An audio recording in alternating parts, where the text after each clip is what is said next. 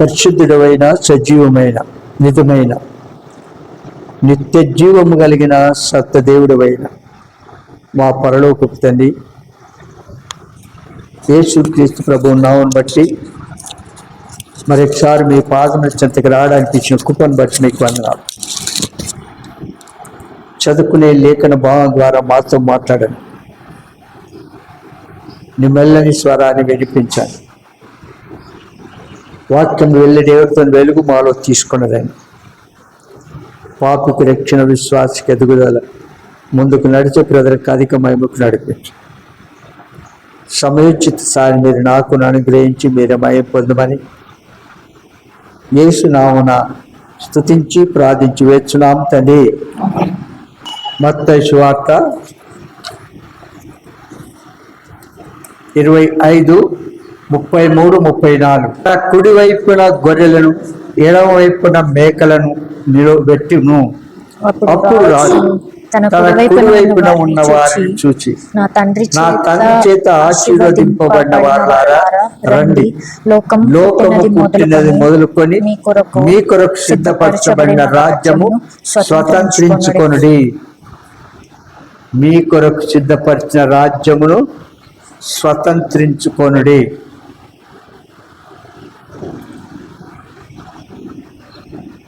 ఇక్కడ రెండు జాతులతో కూడినటువంటి సంభాషణ ఇక్కడ మనం చూస్తాం. రెండు గొర్రెలు మేకలు. గొర్రెలు మేకలు. గొల్లవానికి గొర్రెలు మేకలు రెండు ఉంటాయి, అవునా? కానీ వాటిని సాయంకాలం ఏం చేస్తాడు? వేరు చేస్తాడు. గొర్రెలను మేకలను వేరు చేస్తాడు. దేవునికి కూడా రెండు జాతుల మనుషులు ఉన్నారు.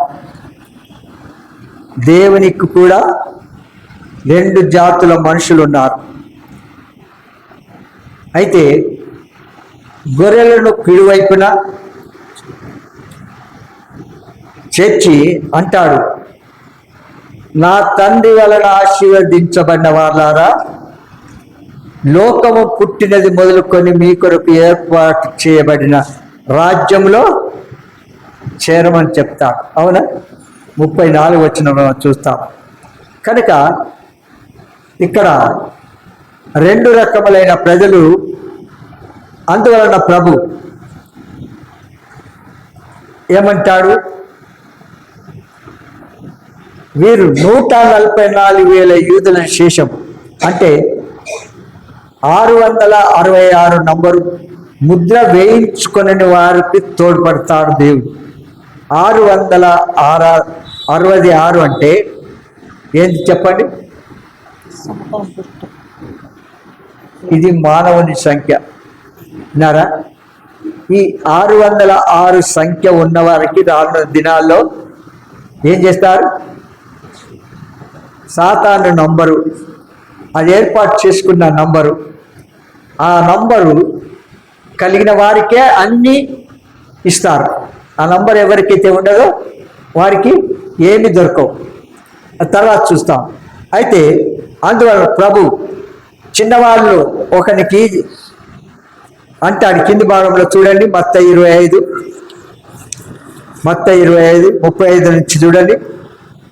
నేను ఆకలి గొంటిని, మీరు నాకు భోజనం పెట్టితిరి, దప్పిగొంటిని, నాకు దాహమిచ్చితిరి, పరదేశినై ఉంటిని, నన్ను చేర్చుకుంటిరి, దిగంబరినై ఉంటిని, నాకు బట్టలిచ్చితిరి, రోగినై ఉంటిని, నన్ను చూడవచ్చితిరి, చెరసాలలో ఉంటిని, నా ఎద్దుకు వచ్చితిరి అని చెప్పును.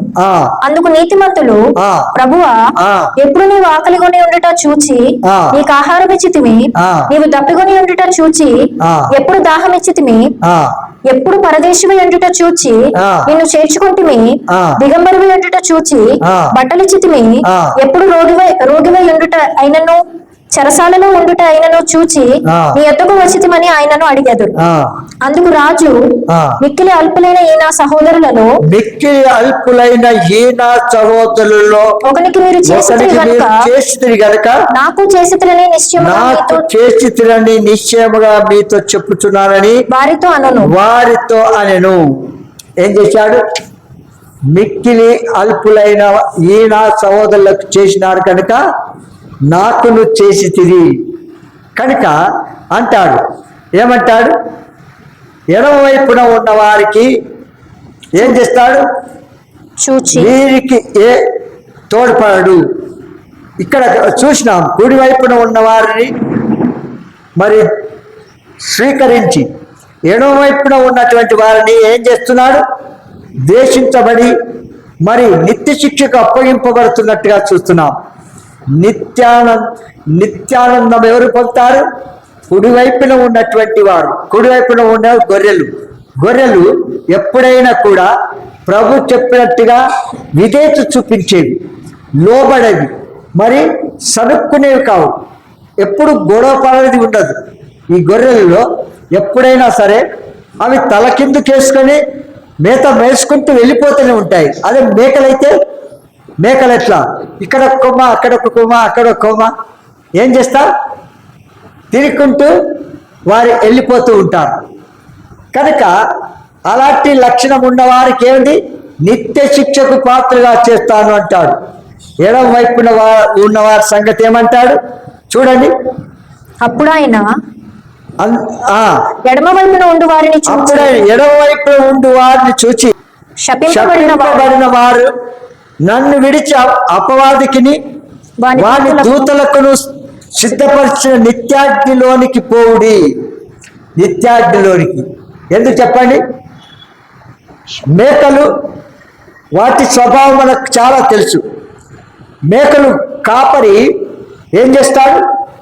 గొర్రెలు కాదు, మేకలు అక్కడ ఇక్కడ తిరుక్కుంటూ ఆ మేత మేసుకుంటూ గొర్రెల వలె ఉండవు. గొర్రెల వలె ఉంటాయా? ఉండవు. మేకలు అక్కడ ఒక కొమ్మ, ఇక్కడ ఒక కొమ్మ, ఇక్కడ ఒక కొమ్మ తిరుక్కుంటూ వెళ్ళిపోతాయి. గొర్రెలవాడు అప్పుడు ఏం చేస్తాడు? రెంటిని వేరు చేస్తాడు ఒక దినం.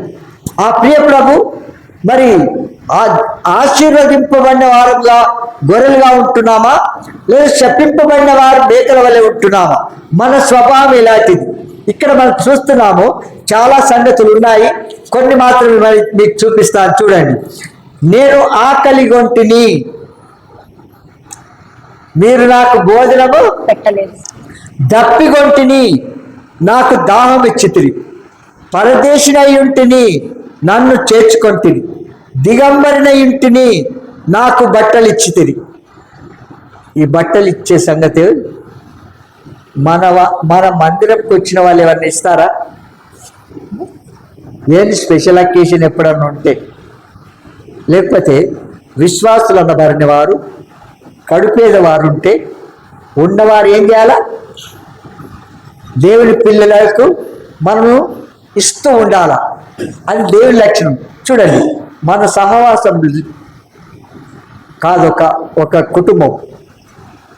వాళ్ళ పిల్లోడు మన దగ్గరికి VBS పెట్టినప్పుడల్లా మందిరానికి వచ్చి గిఫ్ట్స్ తీసుకొని వెళ్ళిపోయేవాడు. ఇప్పుడు అమెరికాలో ఉన్నాడు ఆ పిల్లోడు. అయితే వాళ్ళ తల్లి ప్రతిసారి కూడా బట్టలు తెచ్చి పెట్టిపోతుంది. ఇక్కడ బట్టలు ఎవరికన్నా ఇచ్చేయండి బ్రదర్ అని చెప్పి ఏం చేసింది? ఓ రోజు వచ్చి బయట పెట్టింది. బయట బట్టలు ఎవరు పెడతారు? ఇంకా ఏమైనా అనుకోని నేనేం చేసి తీసి లోపల పెట్టాను. అక్కడ పోయిన తర్వాత అక్కడ దాంట్లో కలిస్తే బట్టలు మీరే పెట్టింది కదా అంటే, అవునా అక్కడ పెట్టిపోయినారు. నాకు తెలుసు మీరు పెట్టిపోతారండి అనుకున్నాను. మళ్ళీ ఇంకొకసారి ఇంకో బ్యాగ్ పెట్టిపోయింది. విన్నారా? ఎందుకు చెప్తున్నాను చెప్పండి. నేను ఏమంటారు? పరదేశిన ఇంటిని, దిగంబరిన ఇంటిని, నాకు బట్టలు ఇచ్చితిరి. రోగినై ఇంటిని, నన్ను చూడవచ్చితిరి. చెరసాల్లో ఉంటిని, నా యొద్దకు వచ్చితిరి అని చెప్పుచు అందుకు నీతిమంతులు, ప్రభా ఎప్పుడు నీవు ఆకలి కొనుట చూచి నీకు ఆహారం ఇచ్చితిమి, నీవు దప్పికొని ఉండుట చూచి ఎప్పుడు దాహం ఇచ్చితిమి, ఎప్పుడు పరదేశమై ఉండుట చూచి నిన్ను చేర్చుకొంటిమి, దిగంబరమై ఉండుట చూచి బట్టలు ఇచ్చితిమి, ఎప్పుడు రోగి అయి ఉండుటైనను చెరసాలు ఉంటేనను చూచి నీ వద్దకు వచ్చితిమని అడుగుతారు. అంటే కొందరు ఒక సామెత ఉంది, ఏంటంటే ఎంగిల్ చేతితో కాకిని కొట్టారంట. ఏది ఎంగిల్ చేతితో, తెలంగాణ సామెతలో ఎంగిల్ చేతితో కాకిని కొట్టారంట. అంటే ఏంటి అర్థం? అంటే అంత పిసినారి. దేవునికి కానీ దేవుని పిల్లలకు కానీ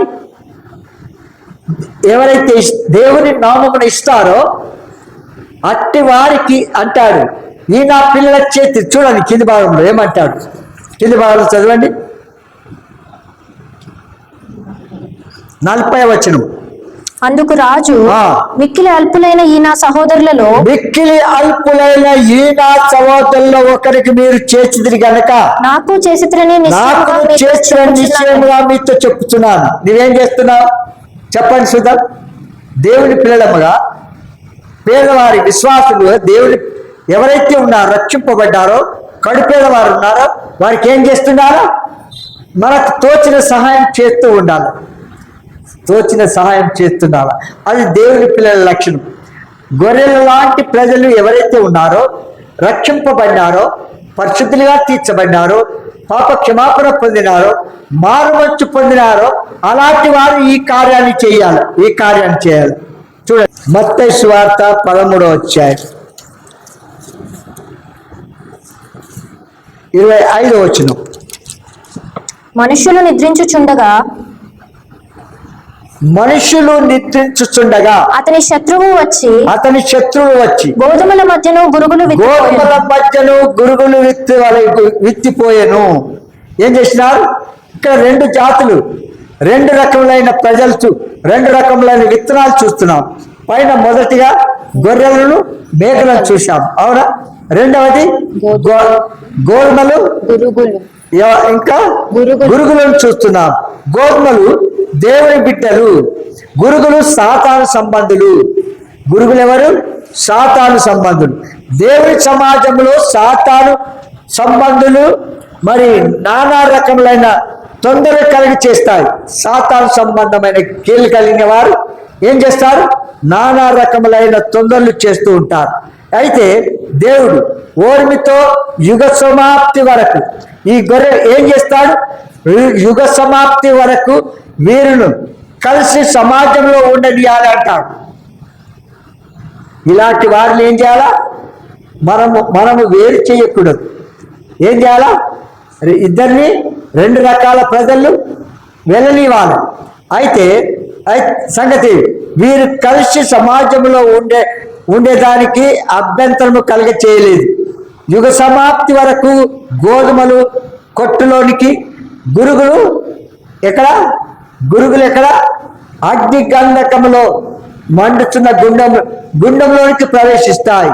కనుక మనం ఏ రకమైన ప్రజలముగా ఉంటున్నాం?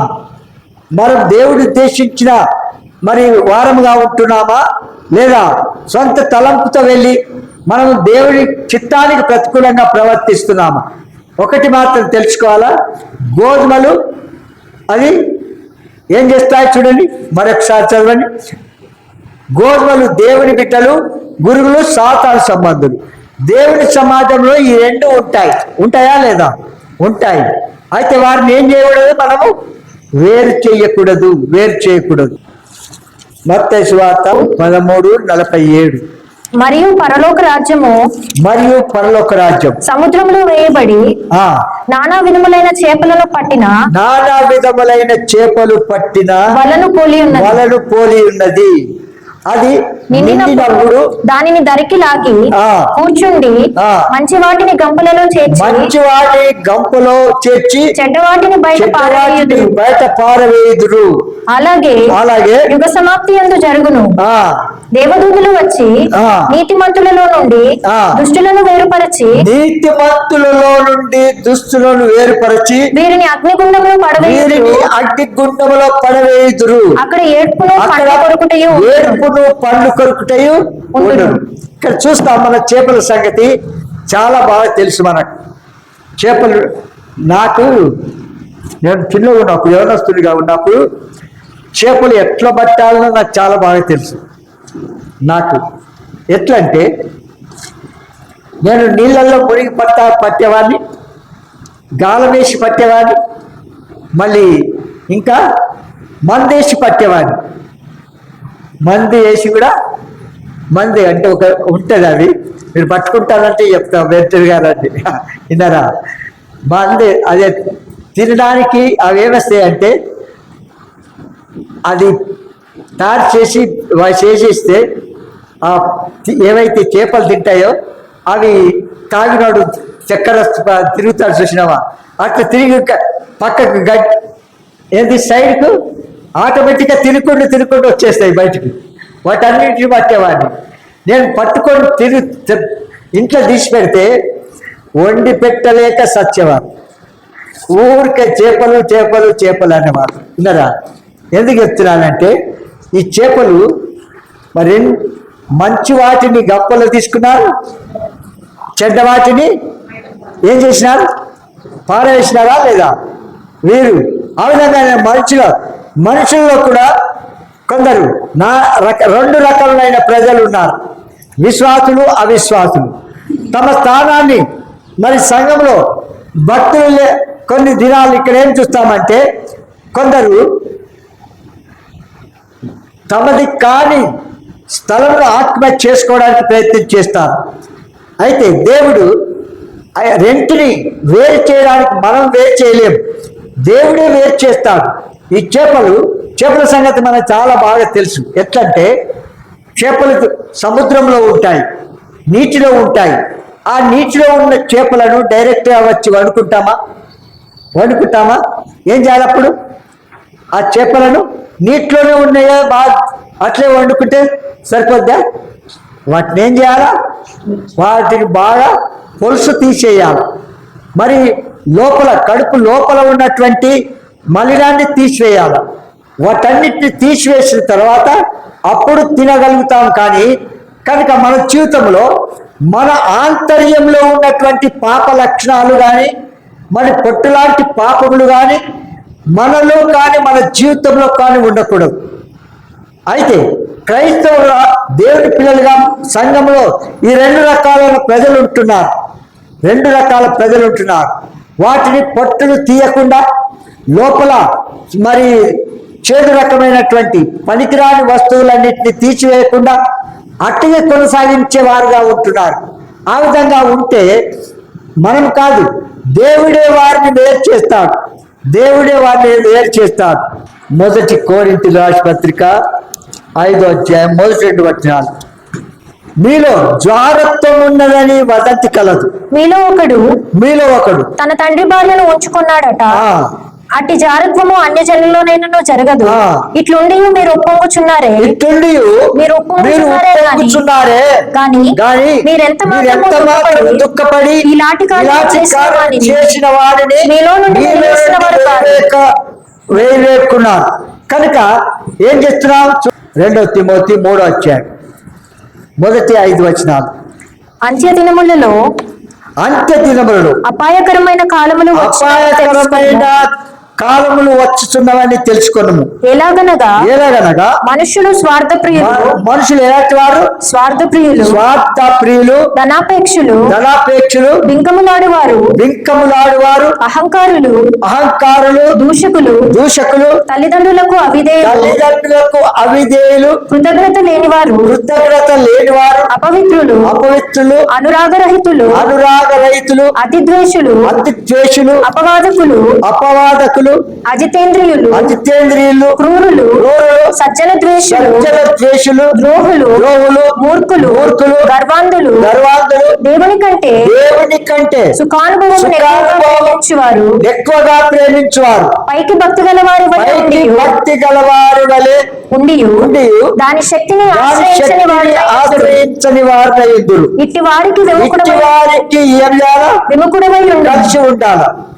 విముఖుడవై ఉండు. అవునా? విముఖుడవై ఉండాలి. అర్థమైందా? ఎందుకు చెప్పండి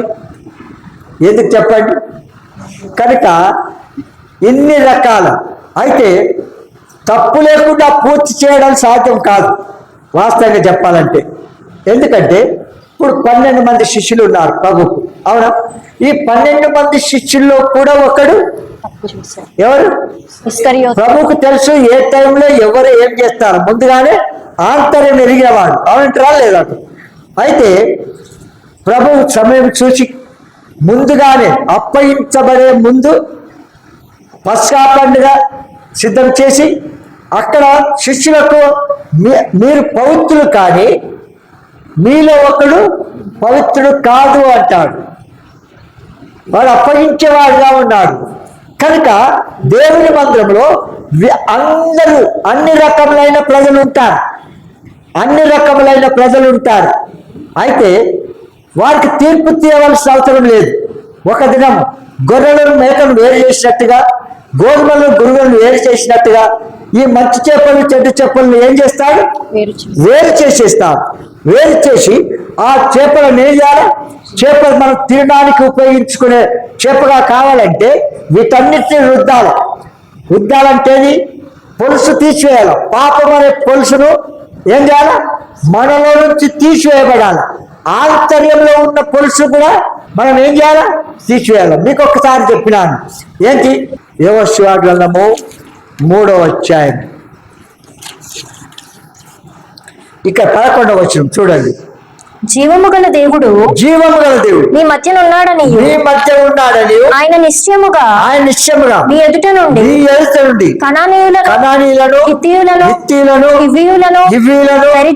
పెరిజ్జీయులను గిర్గషీయులను అమోరీయులను యెబూసీయులను వెళ్ళగొట్టునని దీని వలన మీరు తెలుసుకుందురు. చూడండి, 7 రకములైన ప్రజలను ఆ ప్రజలను వెళ్ళగొట్టుతారు. ఈ 7 రకములైన ప్రజలు ఎక్కడున్నారు? పాలు తేనెలు ప్రవహించు దేశంలో ఉన్నారు. ఈ పాలు తేనెలు ప్రవహించు దేశంలో ఉన్న ఈ 7 రకములైన ప్రజలను వారిని వెళ్ళగొట్టి దేవుని పిల్లకు వారికి స్వాస్థ్యముగా ఇవ్వడానికి సిద్ధంగా ఉన్నాడు. వాగ్దానం చేశాడు. ఎందుకు వారిని వెళ్ళగొడుతున్నాడు చెప్పండి సుధా? వారిలో ఉన్నటువంటి పాప లక్ష్యమును బట్టి లేవికాండం 20వ అధ్యాయం చెప్పినది వర్షలు లేనటువంటి పాప లక్షణాలు వారు కలిగి ఉన్నారు. అలాంటి వారిని బట్టి వారిని వెళ్ళగొట్టి ఎవరికి ఇస్తున్నారు? స్వరక్తమిచ్చి కొనబడిన వారిని, పరిశుద్ధులుగా తీర్చబడిన వారికి, దేవుని పిల్లలకు అది వాగ్దానం చేసినాడు, ఇస్తున్నాడు. ఈ 7 రకములైన ప్రజలు 7 రకములైన పాపములకు సూచన నేను మీకు చెప్పాను. అవునా? చెప్పినానా లేదా? ఆ పాపములు ఇక్కడ చూడండి. కనానీయులు అంటే ధనాపేక్షులు. అవునా? కనానీయులు అంటే ధనాపేక్షులు. హిత్తీయులు అనగా అసూయపరులు, హివీలు అనగా వ్యభిచారులు, పెరిజ్జీయులు అనగా కోపద్రేకం కలిగిన వారు, మరి గెరిగసీయులు అంటే ఎలాంటి తిండిపోతుకు తరము కలిగిన వారు, అమోరీయులు అంటే గర్వించువారు అంటే అతిశయించువారు, 7వది సోమరితనం కలిగిన వారు.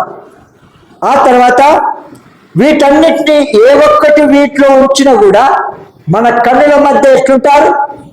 ముళ్ళ వలె గరగర కళ్ళకు ఆ ముళ్ళు ఏదైనా ఉంటే, చెత్త ఉంటే నిద్ర సరిగా పట్టుదా?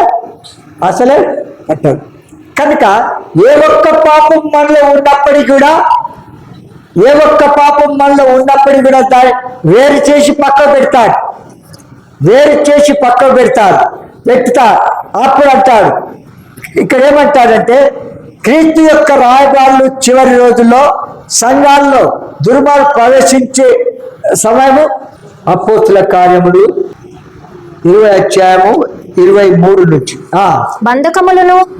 బంధకములను శ్రమలను నా కొరకు కాచుకొని ఉన్నవని పరిశుద్ధాత్మ ప్రతి పట్టణములోను నాకు సాక్ష్యమిచ్చుచున్నానని తెలియను. అయితే దేవుని కృపావార్తను గూర్చి సాక్ష్యమిచ్చుటకు నా పరుగు నేను ప్రభువైన యేసు వలన పొందిన పరిచర్యను తుదముట్టింపవలెనని నా ప్రాణమును నాకెంత మాత్రమును ప్రియమైనదిగా ఎంచుకునట లేదు.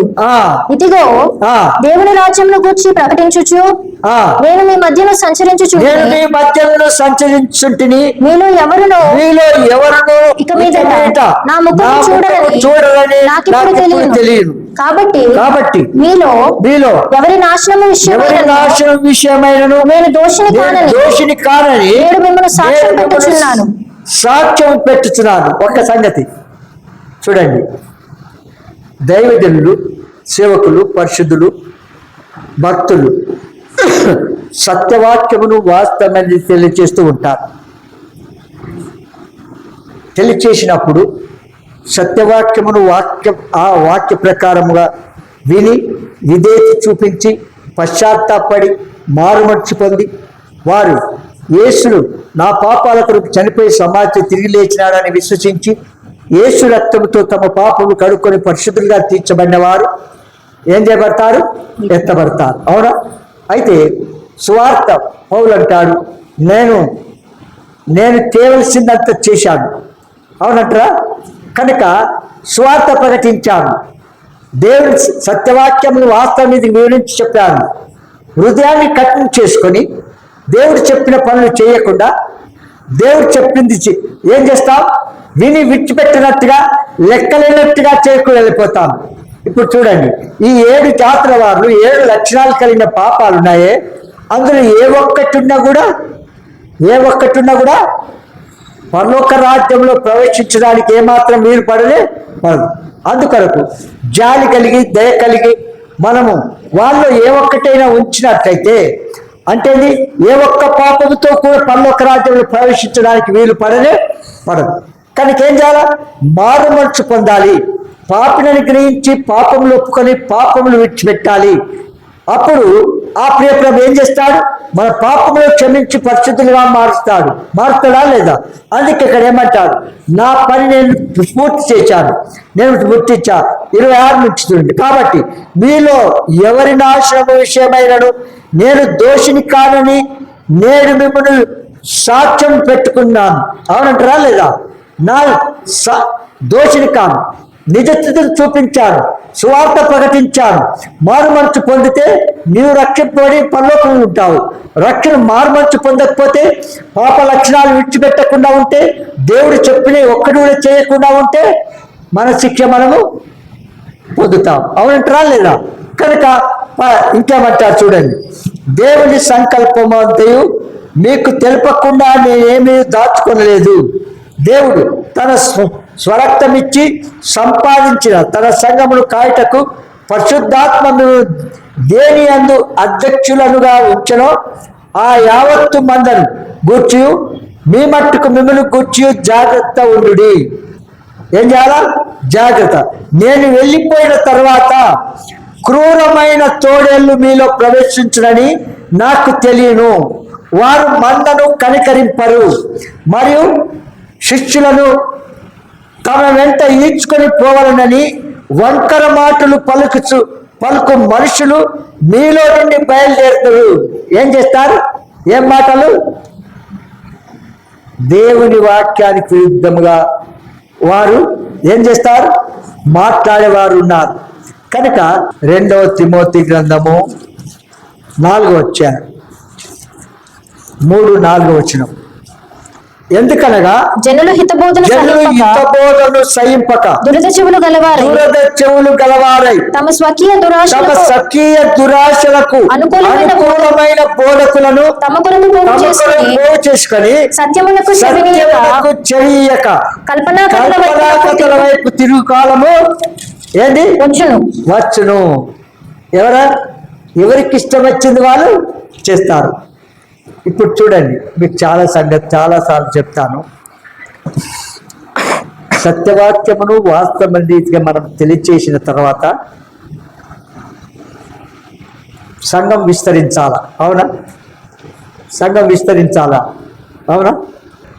సంఘం విస్తరించకపోవడానికి కారణం ఏంటి? వారి పాప లక్షణాలు విడిచిపెట్టడం వారికి ఇష్టము ఉండదు కనుక దేవుడు చెప్పినప్పుడల్లా మన నిజస్థితిని, మన ప్రవర్తనను మనకు బయలుపరచు వచ్చినప్పుడు వాటిని కప్పి పెడతాము కాబట్టి వాటిని ఏం చేయము? విడిచిపెట్టని కారణాన్ని బట్టి ఏం చేస్తారు? వారికి అనుకూలమైన బోధకులను సహవాసాన్ని ఏర్పాటు చేసుకుంటారు. మనం అక్కడ ఎందుకు పోతారని మనం అనుకుంటాం. చిన్న మంద భయపడికి అన్నాడు కానీ పెద్ద మంద అన్నాడా? ఇక్కడ అందుకనే తిమోతి అంటే ఇక్కడ ఏమంటాడంటే, ఎందుకనగా జనులు హితబోధను సహింపక దురద చెవులు గలవారై తమ స్వకీయ దురాశలకు అనుకూలమైన బోధకులను తమ కొరకు పోగు చేసుకుంటారు. ఏం చేస్తారు? తమకు అనుకూలమైన బోధకుల సహవాసానికి, సంఘానికి వెళ్తూ ఉంటారు. అక్కడ వెళ్ళి ఏం చేస్తారు?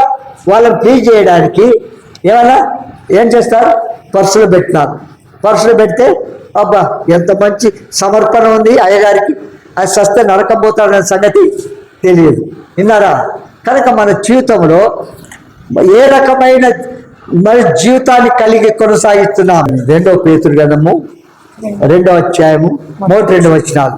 మరియు అబద్ధ ప్రవక్తలు ప్రజలలో ఉండిరి, అటువలనే మీలోను అబద్ధ బోధకులుందురు. మీరు తమ్మును కొనిన ప్రభువును కూడా ఏం చేస్తారు?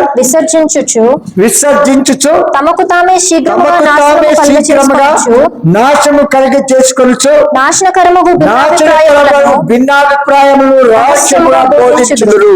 మరియు అనేకులు వారి పోకిరి చేష్టలను అనుసరించి నడుతురు. వీరిని బట్టి సత్య మార్గము ఏం చేయబడుతుంది? దూషింపబడుతుంది. సత్య మార్గం మంచి నుండి చెడును, నిజ క్రైస్తవుల నుండి మరి కపట క్రైస్తవులను వేరు చేయడము యుగాంతమందు జరుగుతుంది, కానీ ఇప్పుడు రెంటిని ఇంకా ఈ విధంగా చెప్పాలంటే 2 జాతుల వారి చాలా ఉన్నాయి. ఇంకా కావాలంటే మత్తయి సువార్త 3వ అధ్యాయం 12వ వచనం చదవండి. ఆయన చేతిలో ఉన్నది, ఆయన తన కళ్ళమును బాగుగా శుభ్రము చేసి గోధుమలను కొట్టులో వేసి ఆరని అగ్నితో కాల్చివేయును. ఏం చేస్తాడు? ఆరని అగ్నితో పొట్టును కాల్చివేయును. మలకి 3వ అధ్యాయము 2 నుంచి 4 వరకు చదవండి. అయితే ఆయన వచ్చు దినమును ఎవరు సహింపగలరు? ఆయన అగుపడగా ఎవరు ఓర్వగలరు? ఆయన కంసాలి అగ్ని లాంటి వాడు, చాకలి వాని సబ్బు వంటి వాడు, వెండిని శోధించి నిర్మలము చేయవాడు అయినట్లు కూర్చుని ఉండును. లేవీయులు నీతి అనుసరించి యెహోవాకు నైవేద్యములు చేయనట్లు వెండి బంగారములను నిర్మలము చేయ రీతిని ఆయన వారిని నిర్మలము చేయును. అప్పుడు మునుపటి దినములలో ఉండినట్లు పూర్వ సంవత్సరములలో ఉండినట్లు యూదావారు నివాసులను చేయు నైవేద్యములను యెహోవాకు ఇంపుగా ఉండును. చాలు. కనుక ప్రభు ఒక దినమందు ఏం చేస్తాడు? తన ప్రజలను తన ప్రజలు కాని వారెవరు ఈ రెంటిని వేరు చేస్తాడు. దేవుడు తన ప్రజలను శుద్ధి చేయడానికి చాలా మరి ప్రయత్నిస్తాడు, కానీ ప్రజలు తమను తాము సరి చేసుకోలేని జీవితంలో ఉంటున్నారు. 20వ అధ్యాయం 9వ వచనం. ఆయన పేరు నేను ఎత్తను, ఆయన నామమును బట్టి ప్రకటింపను అని నేను అనుకుంటున్నా. అది నా హృదయంలో అగ్ని వలె మండుచు నా ఎముకలలోనే మూయబడినట్టున్నది. నేను ఓర్చి విసిగి ఉన్నాను, చెప్పక మానలేను. 18 అధ్యాయం 18 నుంచి చదవండి. అప్పుడు జనులు ఇర్మియా విషయమై యుక్తిగల యోచన చేతము రండి. యాజకుడు ధర్మశాస్త్రము వినిపించక మానడు. జ్ఞాని యోచన లేకుండా ఉండడు. ప్రవక్త వాక్యము చెప్పక మానడు. వాటి మాటలలో దేనిని వినకుండా మాటలతో వాని పొట్టుదల రండి అని చెప్పుకొచ్చుండి. ఎలాంటి వారు చెప్పండి. ఇన్ని రకములైన ప్రజలు ఏం చేస్తారు? లోకంలో కొనసాగుతూ ఉంటారు. ఎందుకు? సత్యవాక్యమును వాస్తవ రీతిగా తెలియజేయడం ద్వారా ఏం జరుగుతుంది? వారు ఈ వాక్య ప్రకారంగానే ప్రవర్తించేవారుగా ఉంటారు. కనుక మన జీవితంలో ఎలా ఉంటున్నాం? ప్రభు మనతో మాట్లాడుతున్నప్పుడు మన నిజస్థితిని మనం తెలుసుకొని దేవుడు ఉద్దేశించిన రూపంలో మనం కొనసాగిస్తున్నామా లేదా ప్రతికూలంగా కొనసాగిస్తున్నామా? గోధుమల వలె ఉన్నామా? గురువుల వలె ఉంటున్నామా? మంచి చేపల వలె ఉన్నామా? మరి చెడు చేపల వలె ఉంటున్నామా? మరి ఇంకా ఎన్ని రకాలు మనం చూస్తూ వచ్చినాం. గొర్రెలు మేకలు వచ్చారు. కనుక మన జీవితంలో ఏ రకముగా లోకంలో పెరుగుతున్నాం మనం తెలుసుకొని ప్రభు చెప్పింది చేసినట్లయితే, పశ్చాత్తాపడినట్లయితే, మారుమనసు పొందినట్లయితే, అందుకే అన్ని రకములైనటువంటి ప్రజలను రక్షించడానికి ఆ ప్రియ ప్రభు మన కొరకు ఆత్మ స్వరూపైన దేవుడు శరీరధారి రక్షకుడుగా భూలోకంలో జన్మించాడు. పాపులను రక్షించకు పాపుల పాప శిక్ష తలపై వేసుకున్నాడు. మన కొరకై శిలువలో పంచగాయములు పొందాడు. రక్తమంతా కార్చి మరణించి భూస్థాపన చేసి తిరిగి లేచాడు. ఎందరైతే యేసు నిజమైన దేవుడు, నా పాపముల కొరకు భూలోకంలో జన్మించాడు, నా పాప శిక్ష శిలువలో భరించాడు, నా కొరకు రక్తమంతా కార్చాడు, మరణించి సమాచారం తిరిగి లేచినాడని ఎందరైతే విశ్వసిస్తారో అట్టి వారిని రక్షణ కలిగిస్తారు.